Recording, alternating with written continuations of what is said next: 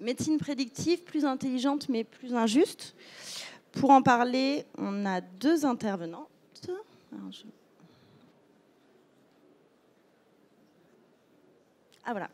Donc Isabelle Vitali à ma gauche, qui est directrice innovation et business excellence chez Sanofi France, le laboratoire, et Marguerite Braque de la Perrière, qui est avocat, cabinet d'avocat Alain Bensoussan, spécialisé en santé numérique. Et moi-même, donc Stéphane Desmichel, je suis rédactrice en chef adjointe chez Science et Avenir.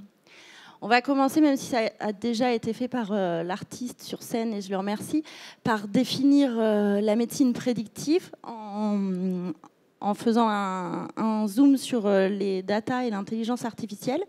Je vais vous laisser la parole, Isabelle, pour définir. D'accord, je ne sais pas si je vais le faire aussi bien que le monsieur d'avant.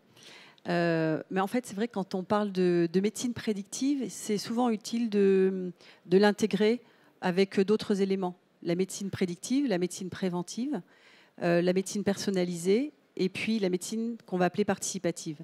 Alors la médecine préventive, c'est important parce qu'on sait, vous le savez certainement pour certains d'entre vous, c'est que certaines maladies mettent très longtemps à se développer.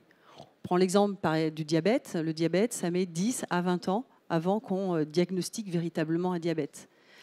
Or, si on prend la maladie plus en amont, on a plus de chances de mieux très bien traiter les patients. C'est la même chose pour Alzheimer, dont on reparlera probablement tout à l'heure, qui est une maladie qui reste silencieuse très très longtemps. Et c'est vrai que si, grâce à des biomarqueurs, grâce à des données, on arrivait à mieux prédire en fait les premiers signes d'arrivée d'une maladie d'Alzheimer, on pourrait probablement mieux les traiter qu'on ne le fait aujourd'hui. Alors ça nous fait penser, ça nous amène à la médecine dite préventive. Et c'est vrai qu'aujourd'hui, justement, la meilleure connaissance des maladies, meilleure connaissance des biomarqueurs permet soit de traiter une maladie plus en amont, soit voire même de retarder l'apparition de la maladie elle-même. Et puis ensuite, on parle de médecine personnalisée, parce que là aussi, les avancées de la médecine, et grâce en particulier aux nouvelles technologies, on va en reparler tout à l'heure, permettent, grâce aux marqueurs en particulier, de traiter les patients avec des thérapeutiques qui sont beaucoup plus ciblées. Or, on sait que la biologie des uns et des autres est extrêmement hétérogène. Et donc là encore, les patients ont tout à y gagner. Et puis enfin, on parle de médecine participative, parce que c'est vrai que chacun d'entre nous, avant même d'être malade d'ailleurs, on commence à prendre en charge notre santé. On a presque tous, je crois, ici dans cette salle, des smartphones. Et on suit moins nos pas, comment on se nourrit, etc. Ou en tout cas de plus en plus. Et on voit aussi de plus en plus que les patients, dans les différents baromètres qui existent, prennent en charge le suivi même de leur maladie et participent finalement à la prise en charge des soins. Et parfois en très proche collaboration avec les professionnels de santé. Donc tout ça pour remettre en fait cette médecine prédictive dans quelque chose de plus intégré. Mais ce qui est intéressant, c'est de se dire que finalement, on se rend compte que tout ça est poussé grâce à des données. Et vous l'avez dit, on parle souvent d'intelligence artificielle. Alors l'intelligence artificielle, c'est un truc, ça peut faire un petit peu peur quand on parle comme ça. Enfin moi en tout cas, quand la première fois qu'on m'a dit intelligence artificielle, ça peut paraître un petit peu effrayant. C'est quoi en fait ? Ça a été décrit pour l'une des premières fois en 1960 par Marvin Minsky, qui est un des pionniers en fait, de l'intelligence artificielle et qui en donnait la définition suivante. Il disait l'intelligence artificielle, c'est la science de programmer les ordinateurs pour qu'ils effectuent des tâches qui nécessitent l'intelligence de l'homme lorsqu'elles sont faites par l'homme. Et donc, en fait, il faut bien avoir en tête que l'intelligence artificielle, ce n'est pas quelque chose de figé, c'est quelque chose qui va être nourri par la donnée. Et donc là, on voit bien le lien avec la donnée et en quoi, en fait, la qualité de la donnée est essentielle pour que l'intelligence artificielle puisse être utile, et en particulier en santé, on va en reparler. La donnée, il faut l'identifier, il faut la collecter, il faut la capter, il faut ensuite souvent la nettoyer parce qu'elle est hétérogène. Il faut ensuite l'analyser, alors grâce souvent à des algorithmes, et puis il faut aussi également la visualiser. Et tout ça, en fait, fait entrer aussi de nouveaux acteurs en santé qui n'existaient pas encore il y a quelques années. Bien sûr. Et vous avez une idée du marché de l'intelligence artificielle dans la santé et des exemples peut-être à nous citer ? Alors, alors des exemples, il y en a quelques-uns, oui. Alors c'est un marché qui évolue très rapidement, hein. Alors toute industrie confondue, on sait aujourd'hui qu'environ 38% des entreprises utilisent l'intelligence artificielle, ce qui est quand même assez énorme. Et à horizon 2020, les projections qui sont faites par les experts, c'est plus de 60% des entreprises utiliseront de l'intelligence artificielle. En santé, on s'y intéresse aussi beaucoup. Il y a deux exemples qui me semblent les plus forts, peut-être. C'est des exemples qui touchent, à une meilleure compréhension de la maladie, comment on peut finalement mieux connaître les maladies grâce à l'intelligence artificielle, mais aussi comment, le deuxième exemple, c'est comment l'intelligence artificielle va finalement permettre de supporter, venir compléter à la fois l'expertise des médecins et l'intuition du médecin face à son patient. Alors, en fait, je vais commencer par celui-là. Ça, c'est IBM qui développe Watson. Je suis sûre que la majorité d'entre vous ont déjà entendu parler de Watson. IBM a dépensé énormément d'argent en R&D pour développer Watson, et en particulier en cancérologie. Il y a aujourd'hui de très belles initiatives qui existent, en particulier avec l'Université de Caroline du Nord, où en fait ce qu'a fait Watson, c'est de voir en fait en quoi cette intelligence artificielle permettait d'aller au-delà de ce que pouvait faire un médecin dans les choix thérapeutiques pour des patients atteints d'un cancer. À 99% sur 100 000 patients, les pronostics, les prévisions de Watson étaient positives, étaient en adéquation avec ce qu'avaient pu identifier les médecins. Mais là où ça va encore plus fort, c'est que dans 30% des cas, Watson a pu identifier des alternatives thérapeutiques qui n'avaient pas pu être identifiées par l'homme. Donc ça, on voit que ça ouvre en fait un champ des possibles qui est absolument énorme, et ce qui n'est pas très étonnant parce que sachez qu'en cancérologie, il y a environ 160 000 publications par an nouvelles.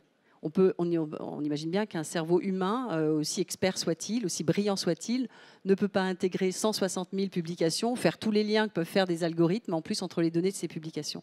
Donc ça, c'est intéressant parce qu'on voit bien comment en fait, l'intelligence artificielle va pouvoir en fait, aider le professionnel de santé pour mieux traiter son patient. Il y a un très bel exemple aussi, ce sera le deuxième que je voudrais partager avec vous, c'est en France. Cette fois-ci, c'est pour comprendre la maladie, c'est à la Pitié-Salpêtrière.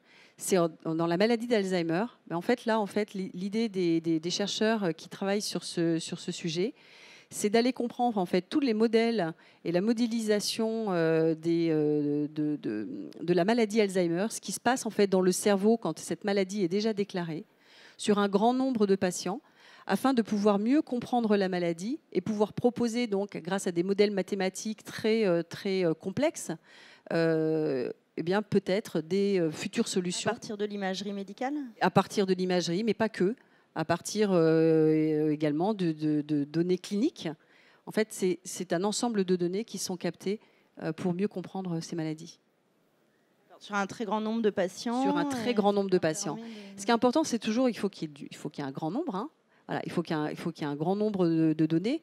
Google aussi s'intéresse au sujet du cerveau. Et aujourd'hui, c'est un autre exemple, c'est encore Google, c'est Google Brain. C'est en fait une initiative qui vise à capter, je crois que c'est sur 100 000 patients, des données à la fois génétiques, de marqueurs, des données cliniques, les dossiers hospitaliers, capter en fait ces données pour comprendre en fait mieux toutes les maladies liées au cerveau et en particulier Alzheimer. On voit les possibilités immenses qui se dégagent de l'analyse de milliers de données. Et je pense que peut-être Marguerite Braque de la Perrière pourra rebondir un peu parce que justement, autant de données, comment on peut vérifier leur fiabilité, comment on peut réglementer leur analyse. Est-ce que vous pourriez faire un petit point là-dessus peut-être ?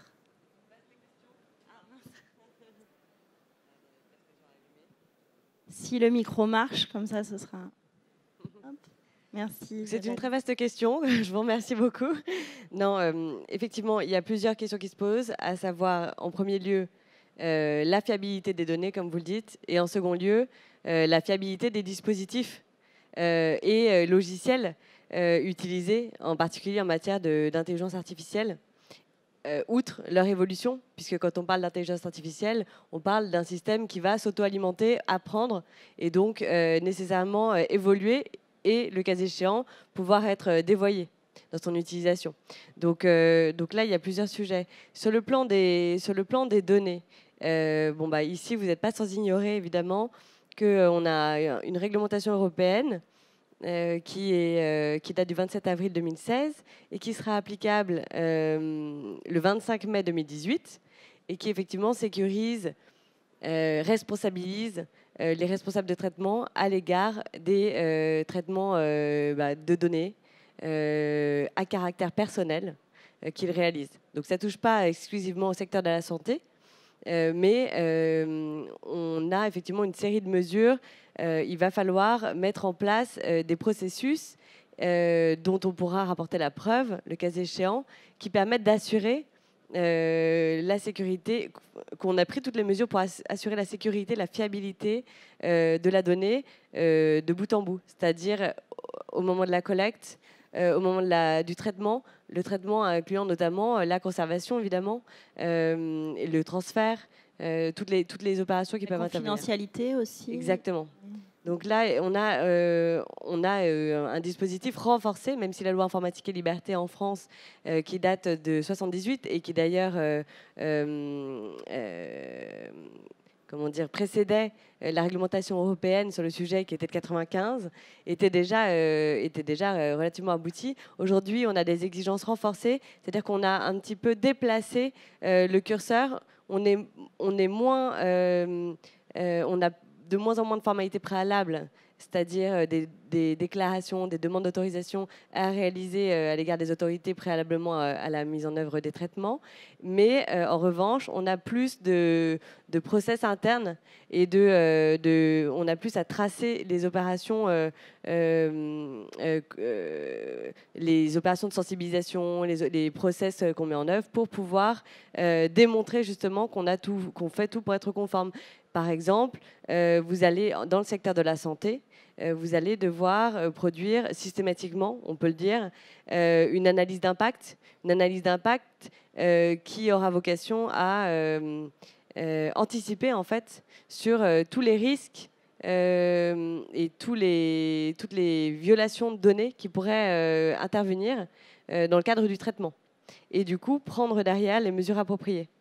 Et associé à cette analyse d'impact, en matière de traitement de données de santé, vous aurez quasiment systématiquement, comme c'était le cas jusqu'à présent, une consultation préalable de l'autorité. Donc, en matière de santé, la disparition des formalités préalables est moins opérante qu'en dehors. Voilà.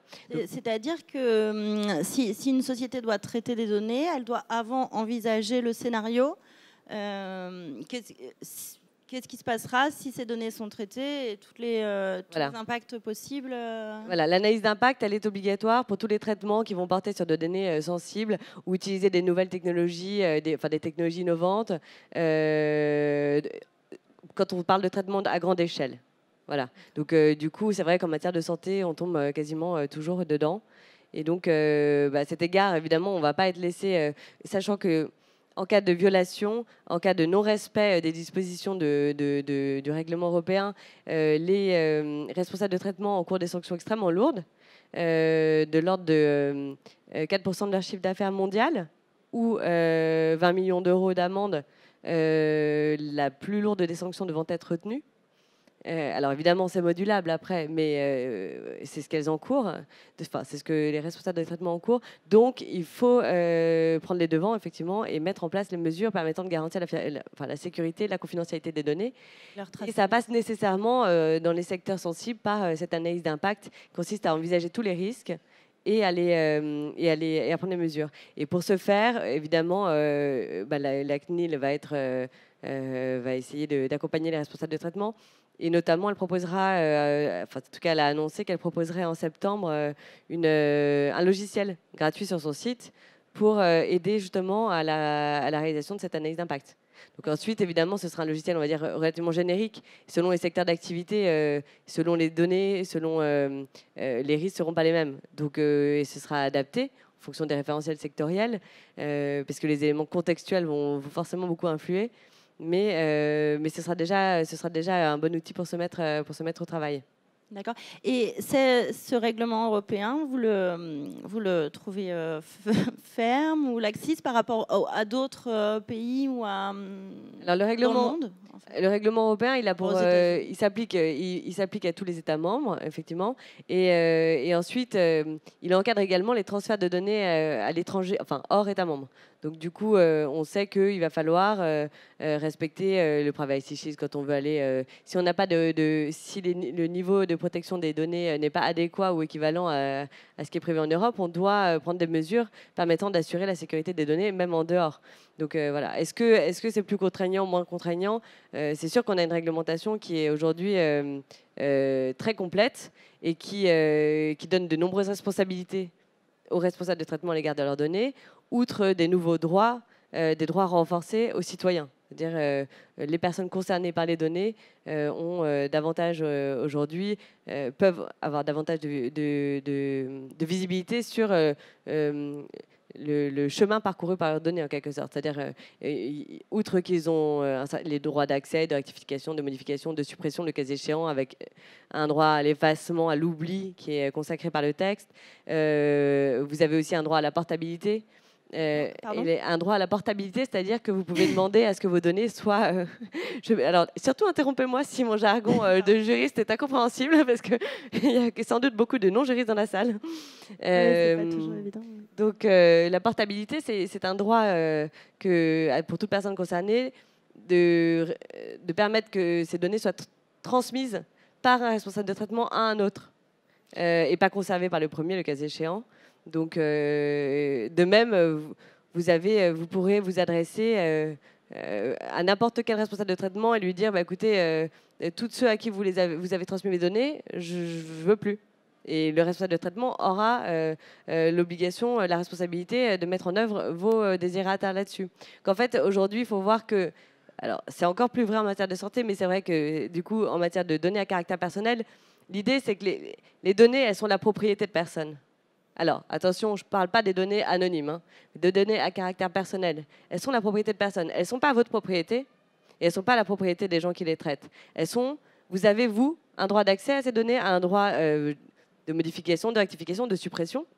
Et le responsable de traitement, lui, pour les finalités pour lesquelles vous avez consenti à ce que vos données soient traitées, que ce soit par la voie d'un contrat ou par la voie d'un consentement express, ou le cas échéant qui a été autorisé à traiter les données pour des finalités d'intérêt public ou autre, eh bien, lui, il ne peut les traiter que dans le cadre circonscrit de ces finalités, avec les moyens sectoriels de sécurité qui ont été définis, le cas échéant, par des référentiels sectoriels. Mais voilà, les données ne lui appartiennent pas. C'est-à-dire que le jour où vous ne voulez plus qu'elles soient traitées, vos données à caractère personnel, il ne pourra plus les traiter. Et justement, parce qu'il y a beaucoup de jargon et c'est hyper compliqué, il y a la traçabilité, la sécurisation, la confidentialité. Comment on aide le citoyen à accepter, à ne pas avoir trop peur et à comprendre exactement dans quel cadre il se situe et ce qu'il peut faire avec ces données? Il est maître de ces données. Et à partir de là, effectivement, il a aujourd'hui une information qui va être...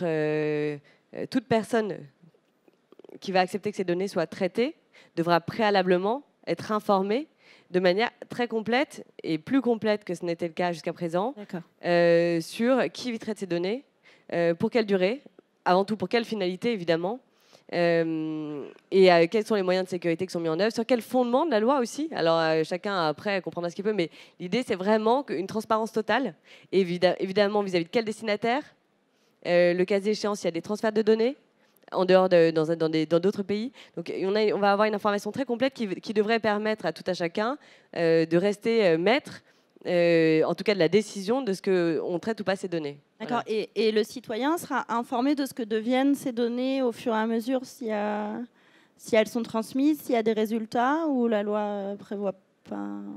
Là, ça va dépendre évidemment, mais il y a une durée de conservation. Je ne sais pas, par exemple, si vous avez... vous allez consentir à ce qu'on ouvre un dossier pharmaceutique, on va vous dire, voilà, on va traiter vos données et on a le droit de... on va vous donner une information écrite, et puis vous allez savoir auprès de qui vous aurez la possibilité de vous retourner le cas échéant, si vous avez changé d'avis. Vous avez un consentement qui va être révocable. Et puis, on va vous dire, c'est traité pour X années, et puis pour telle finalité exclusivement, c'est-à-dire le suivi, la bonne délivrance, la bonne dispensation des médicaments, et, etc., etc. Donc, c'est relativement, on va dire que c'est très encadré. D'ailleurs, c'est très lourd pour les traitements de se mettre en conformité, mais au bénéfice du citoyen. Théoriquement, en tout cas, ça devrait permettre plus de transparence. Ok, merci. Alors justement, si c'est très lourd, comment vous faites, vous, en tant que labo, pour travailler sur vous avez des projets chez Sanofi, je crois. C'est tellement compliqué qu'on va arrêter. Non, je plaisante. Non, mais c'est intéressant parce qu'on voit en fait l'équilibre qu'il faut trouver entre continuer à avancer dans la science et continuer à capitaliser sur cette magnifique opportunité. Et en même temps, c'est protéger le citoyen. Il ne faut pas que ce soit l'un au détriment de l'autre, certainement pas. Et donc, c'est trouver ce bon équilibre. Et c'est vrai que pour les juristes, je pense qu'aujourd'hui, ça ne doit pas être très, très simple non plus de trouver les bonnes règles en fait, qui vont permettre cet équilibre. Alors, en fait, dans l'industrie pharma, les données, déjà, on a l'habitude de travailler avec les données. Parce que à chaque moment de l'évolution du développement des médicaments, on travaille avec les données. En recherche, on travaille avec les données pour comprendre les maladies. Quand on est dans le cadre du développement et des essais cliniques, donc par définition, ce sont des données qui sont travaillées. Alors, à la fois, d'ailleurs, dans les essais cliniques, on s'enrichit de données et on génère de la donnée. Et puis ensuite, il y a toute la donnée en vie réelle, qui est d'ailleurs une exigence aujourd'hui des hautes autorités de santé, c'est-à-dire on demande à l'industrie pharmaceutique, aux laboratoires, de suivre ce qui se passe avec les traitements dans la vie de tous les jours, et non pas dans des essais cliniques. Donc là aussi, c'est à nouveau, on génère de la donnée. Et puis, aujourd'hui, il y a aussi tout un accompagnement qui est fait, de plus en plus, avec des solutions qui viennent soutenir les traitements. Et donc, ce qui veut dire qu'il faut effectivement qu'on soit très vigilant, qu'on soit très au fait de la loi, ça c'est extrêmement important. Ce qu'il faut avoir aussi en tête, c'est que très souvent, dans les analyses qui sont faites ou qui sont, par exemple, dans les compréhensions de maladies, d'abord, il y a toujours le consentement du patient, ça c'est une première chose. Et puis, c'est souvent de la donnée agrégée, anonymisée. Ceci étant, c'est vrai que les équipes travaillent de façon très rapprochée avec la CNIL. Là, aujourd'hui, ça va être maintenant avec ce nouveau service national des données de santé qui a été mis en place en début de cette année. C'est vrai qu'il y a des gros travail en fait, de nos équipes juridiques, réglementaires sur ces sujets de données. Maintenant, ça ne nous arrête pas de faire des choses. On a de jolis exemples aujourd'hui avec Sanofi, qui est plutôt l'un des laboratoires, si ce n'est le plus avancé aujourd'hui sur ces sujets. Il y a cette joint venture avec Google, avec Verily, qui est en fait la filiale de Google en santé. C'est Onduo. Et en fait, là, l'idée, c'est justement de capitaliser sur la donnée, sur les logiciels thérapeutiques, sur des systèmes algorithmiques, pour pouvoir permettre de proposer aux patients diabétiques en particulier des solutions qui vont être complètement intégrées et qui vont tenir compte de la data, qui vont tenir compte de logiciels thérapeutiques, bien sûr du soin du médecin, ça c'est très important, pour pouvoir offrir quelque chose qui soit à la fois simple et extrêmement complet, et dans lequel le patient va aussi avoir un rôle à jouer, puisque c'est son souhait. Un autre exemple, c'est une... Excusez-moi. Oui, je vous en prie. Donc c'est recueillir des feedbacks en duo et des données pour optimiser la prise en charge globale. Alors, en fait, Onduo, c'est le nom de la joint venture. En fait, aujourd'hui, ils sont en train de travailler sur différents types de solutions qui sont très intégrées, donc qui passent par effectivement la donnée, ça peut être du dispositif médical avec des logiciels thérapeutiques, le traitement et la prise en charge par les médecins. Et puis le rôle que pourrait jouer le patient. Et en fait, c'est cette espèce de solution très intégrée où chacun des acteurs va pouvoir jouer un rôle qui est en train d'être développé. Alors d'autres exemples, c'est un partenariat très récent avec Science 37, qui est une société qui va aider en fait pour améliorer les essais cliniques et la mise en place des essais cliniques. Il y a un enjeu de rapidité dans les essais cliniques. On imagine qu'avec ce partenariat, on va pouvoir augmenter de 30% en fait le temps de recrutement des patients. Ça va permettre d'identifier plus rapidement des patients qui pourraient rentrer dans des essais. Donc tout le monde y est gagnant. Hein. C'est énorme parce que le recrutement des patients, ça prend un temps fou. C'est super long, c'est souvent super compliqué. Et puis ensuite, qui va aider donc, finalement à avoir des résultats plus rapides. Et donc, on l'imagine, une mise à disposition des thérapeutiques plus rapides, ce qui peut être parfois clé. Et parfois, le temps est très important. Alors comme ça, quand on en parle, ça paraît moins évident, mais pour un patient qui attend son traitement, c'est un nouveau traitement, c'est essentiel. Voilà quelques exemples. En France aussi, on a commencé à travailler. Alors, on n'est pas sur de l'intelligence artificielle comme on peut l'imaginer, mais malgré tout sur des solutions qui sont aujourd'hui qui s'appuient sur les nouvelles technologies, qui sont très innovantes. Par exemple, dans le diabète, aujourd'hui, c'est le premier dispositif médical qui a reçu une approbation par la Haute Autorité de Santé, qui sera, on l'espère, mise à disposition très bientôt pour les patients diabétiques et qui devrait permettre, là aussi, d'ajuster en fait les traitements en fonction de données qui seraient renseignées à la fois par le médecin et par le patient. Voilà. Et puis, on travaille aussi sur d'autres sujets. On a un stand là-bas, allez voir, il y a plein de jolies choses. Et c'est vrai qu'on essaie d'avoir une démarche de plus en plus structurée. Donc là, on a travaillé avec les équipes de Sanofi France, intégrant également la recherche et le développement, pour identifier 5 gros sujets qu'on voudrait aborder. Donc il y a le sujet du rôle du pharmacien d'officine et son ancrage, en particulier pour les sujets de bon usage du médicament. Il y a les sujets de la pharmacovigilance. Et on sent bien ici que justement la donnée peut être intéressante d'aller capter en fait des signaux faibles qui permettraient d'être plus efficient sur ce sujet de la pharmacovigilance. Il y a le sujet de réduire le temps. Pardon, oui. La pharmacovigilance, c'est le fait de déclarer les effets indésirables et peut-être d'utiliser des données, quand vous dites signaux faibles, c'est des gens qui discutent sur Internet et qui déclareraient... Par exemple, il y a des startups en fait, qui s'intéressent à ces sujets-là. Et nous, on se dit que c'est important qu'on reste en éveil et qu'on se dise, tiens, là, il y a peut-être un début de solution. Alors avec toutes bien sûr, les mesures juridiques, réglementaires qui vont bien, mais si ça peut aider dans une meilleure prise en charge des thérapeutiques, en tout cas, c'est pas possible de ne pas regarder ce qui se passe. Voilà, c'est un peu ce qu'on se dit. On se dit la même chose pour les maladies rares. Le temps d'errance médicale, diagnostic en France, c'est 10 ans, environ 8 à 10 ans. On se dit finalement, peut-être que la donnée devrait permettre de mieux comprendre ces maladies et de réduire ce temps d'errance. On peut se dire aussi qu'il y a des startups qui travaillent sur de la reconnaissance faciale et il y a certaines maladies rares qui en fait, il y a des signaux sur le visage, pour être très simple, et qui pourraient être captés. On se dit, allons regarder. Voilà, on travaille sur ce sujet, on travaille aussi sur le vaccin. Voilà. Alors c'est passionnant, d'autant plus que l'objectif c'est le bénéfice du patient. En revanche, là où on se pose la question, c'est à partir du moment où ça peut être délétère pour le patient. C'est-à-dire que est-ce que toutes ces données, à un moment, elles ne pourraient pas être appropriées par des mutuelles, par des assurances, et faire que la prise en charge des citoyens soit un peu dépendante des données. C'est-à-dire... est-ce qu'il a bien fait ses 10 000 pas par jour on le prendra en charge que s'il a fait ses 10 000 pas par jour. Et Marguerite Brack de La Perrière, j'aimerais bien avoir votre avis là-dessus, parce que c'est vrai que c'est l'intitulé de la conférence, plus intelligente mais plus injuste. Dans quelle mesure on protège le citoyen de cette injustice Est-ce qu'on le fait ? Encore une fois, c'est vrai que il y a une double question. La première, c'est de savoir effectivement toutes ces données qui sont traitées par différents responsables de traitement, dans quelle mesure elles ne pourraient pas, le cas échéant, se retrouver entre des mains qui les traiteraient pour une finalité autre que celle qui était initialement prévue.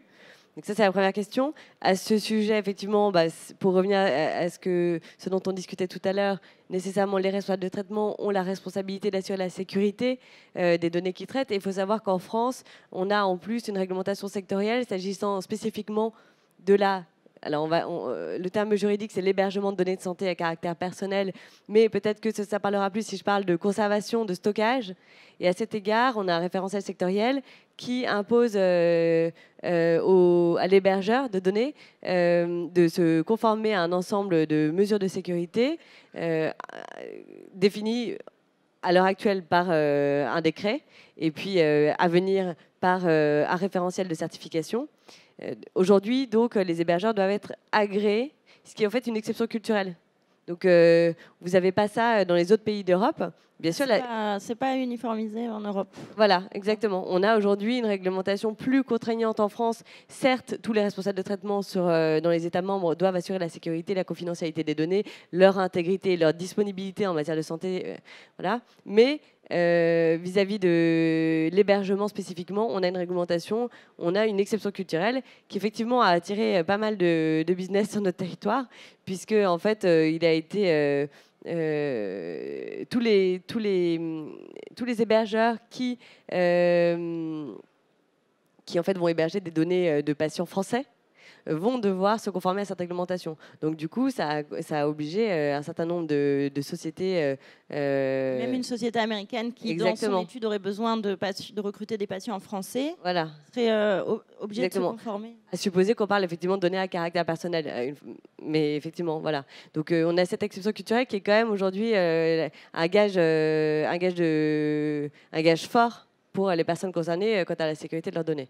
Ce qui contraint effectivement, en revanche, fortement, à recourir à un hébergeur agréé quand on est responsable de traitement et qu'on n'a pas les moyens de stocker les données par soi-même, ou le cas échéant pour des éditeurs à devenir hébergeur agréé, sachant toutefois que en qualité de responsable de traitement, dans la mesure où vous êtes autorisé à traiter les données pour les finalités déterminées, explicites et légitimes, etc., vous avez le droit de conserver vos propres données. Donc cette obligation réglementaire d'hébergement agréé ou certifié, elle va s'imposer que lorsque vous allez externaliser vos données. Donc vous êtes un hôpital, vous n'avez pas les moyens de les conserver chez vous, vous allez recourir à un hébergeur agréé. Vous êtes une assurance, une mutuelle, vous n'avez pas les moyens de conserver des données à caractère personnel chez vous. Voilà. Donc c'est vrai que c'est là-dessus, on va dire que c'est une garantie supplémentaire par rapport à nos voisins européens. Ensuite, la deuxième question, c'est effectivement l'appropriation par des destinataires des données, des destinataires non autorisés, en fait.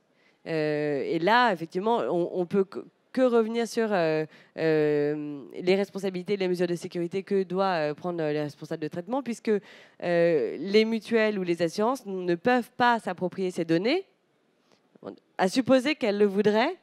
Parce que bon, après tout, il y a une défiance quand même importante, tout à fait compréhensible. Mais je veux dire, c'est pas non plus forcément, c'est pas forcément non plus l'ambition des mutuelles et des assurances. Toujours est-il que du coup, les mutuelles et les assurances, elles n'ont pas la possibilité juridique de traiter les données sans le consentement de la personne concernée, d'une part. Et pour des finalités explicites et légitimes. A priori, ça va être effectivement la couverture, la gestion du contrat, la couverture des risques. Et puis, si le cas échéant, elle veut procéder à des recherches, ce sera donc soit avec vos consentements, soit sur des données, par exemple, issues justement de la fameuse nouvelle base SNDS, donc un système national des données de santé. Et dans ce cas-là, il y a des garanties qui sont à nouveau requises de justement procéder à un traitement qui va dans l'intérêt public et puis qui ne va pas influer sur, dont les résultats n'influeront pas sur les primes, etc. Donc il y a un certain nombre de garde-fous que j'essaye de vous résumer peut-être maladroitement, mais en tout cas, effectivement, c'est l'idée de vous dire que a priori, vous restez maître de vos données et le cas échéant, si ce sont les bases nationales qui vont alimenter les recherches. D'abord, ce sont des données qui ne sont pas directement identifiantes, a priori relativement bien anonymisées, mais on sait que par recoupement, elles pourraient être identifiantes. Mais alors, de toute façon, comme vous ne pouvez les traiter qu'à des finalités d'intérêt public et selon les garde-fous dont on vient de parler, a priori, les choses sont relativement encadrées. Bon, il n'y a pas de risque zéro, mais...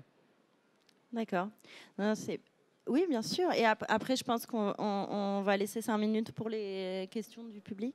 Non, je voulais simplement dire une toute petite chose. On parle, et c'est très important, de tous les aspects juridiques, réglementaires. Il y a quelque chose qui m'est assez cher, c'est aussi l'aspect éthique. tout simplement. Et c'est vrai qu'en France, il y a pas mal de mouvements qui sont en train de se mettre en place. J'en citerai deux. C'est déjà c'est Jérôme Béranger qui en fait vient de créer le premier label éthique pour les données de santé, qui s'appelle ADEL. Et ça, c'est important parce que d'abord, il est soutenu par un comité d'experts qui est puissant, avec Cédric Villani, avec Gilles Babinet et bien d'autres.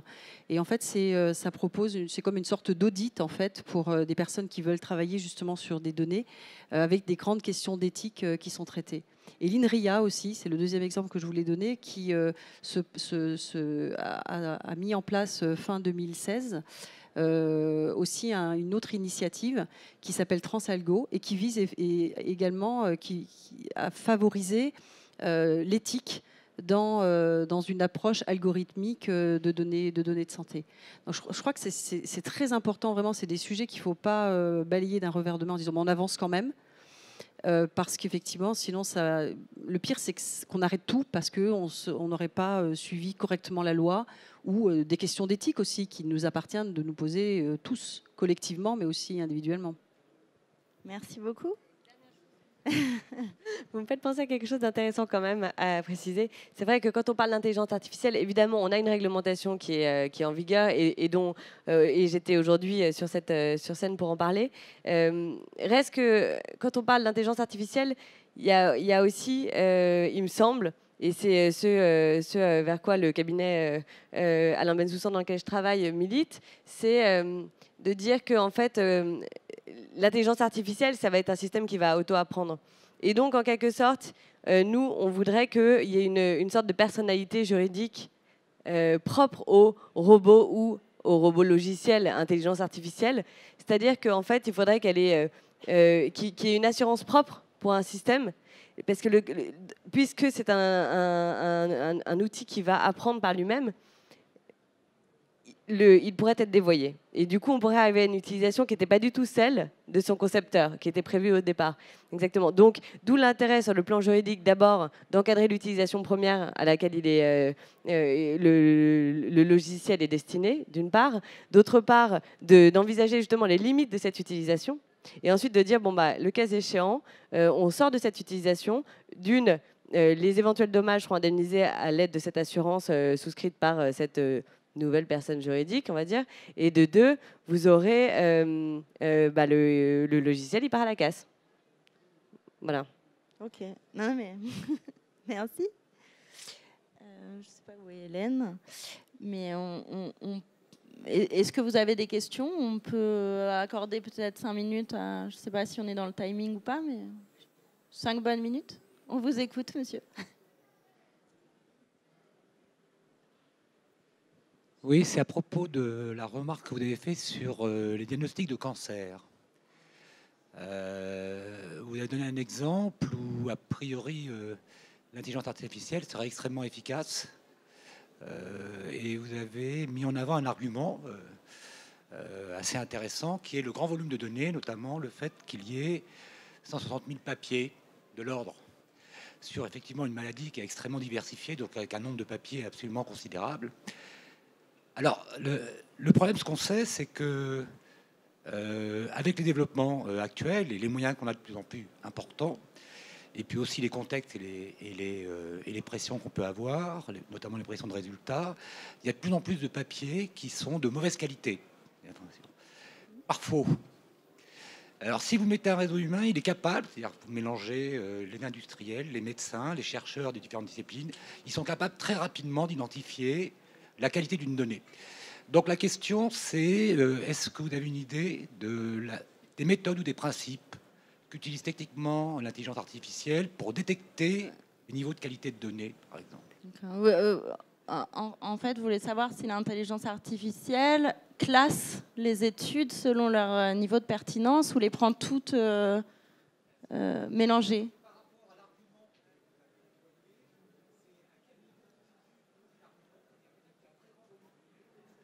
La qualité est essentielle. Oui, bien sûr. Et Isabelle, vous pouvez... Alors, vous avez complètement raison, j'ai dû très mal m'exprimer. Il y a effectivement la quantité des données vaut, j'allais dire, mais c'est certainement pas suffisant. là, je vous donnais l'exemple de Watson, et c'est simplement c'est ce qui a été fait en Caroline du Nord. Et c'est vrai que c'est assez frappant quand même comme résultat. Maintenant, il est bien entendu que, et d'ailleurs vous l'avez souligné également, si la donnée n'est pas de bonne qualité, l'intelligence artificielle ne sera pas de bonne qualité. Et d'ailleurs, alors on n'a pas parlé de ce sujet, mais ça a d'ailleurs été démontré. On voit même un certain danger qu'il peut y avoir. Hein.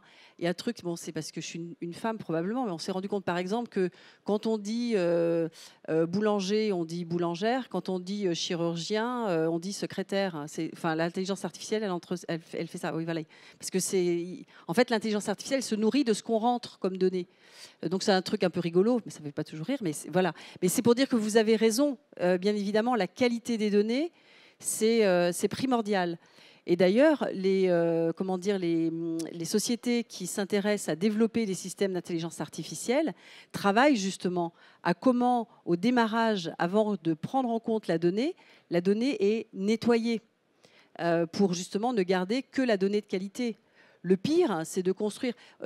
Vous avez Siri, hein, je discutais avec des collègues tout à l'heure, ils me disaient oui, Siri, en fait, il se nourrit effectivement, c'est le même système, hein, il se nourrit de données qu'on rentre. Et il y en avait l'une d'entre elles qui me disait mais moi, mon Siri, il me dit que des bêtises.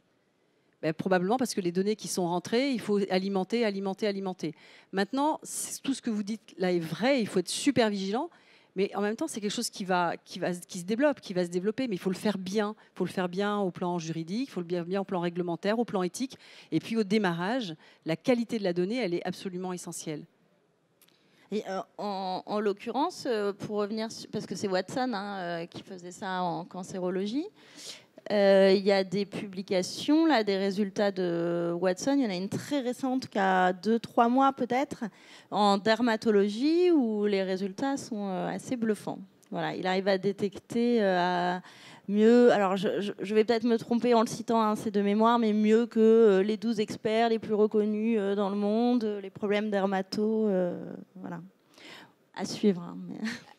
Merci, pardon. À ce sujet, c'est vrai que ce qui est important de relever, c'est que l'intelligence artificielle, elle va être bien nourrie si on suit une méthodologie. C'est-à-dire que, par exemple, si vos résultats, forcément, il n'y a rien de plus dangereux que de rentrer des résultats incomplets, ou même incomplets en termes de contexte, justement. Donc, est-ce qu'il va les rendre faux? Donc, en fait, il va y avoir forcément une méthodologie. J'ai travaillé récemment sur un logiciel d'aide au diagnostic, sur le plan réglementaire, hein, c'est mon boulot.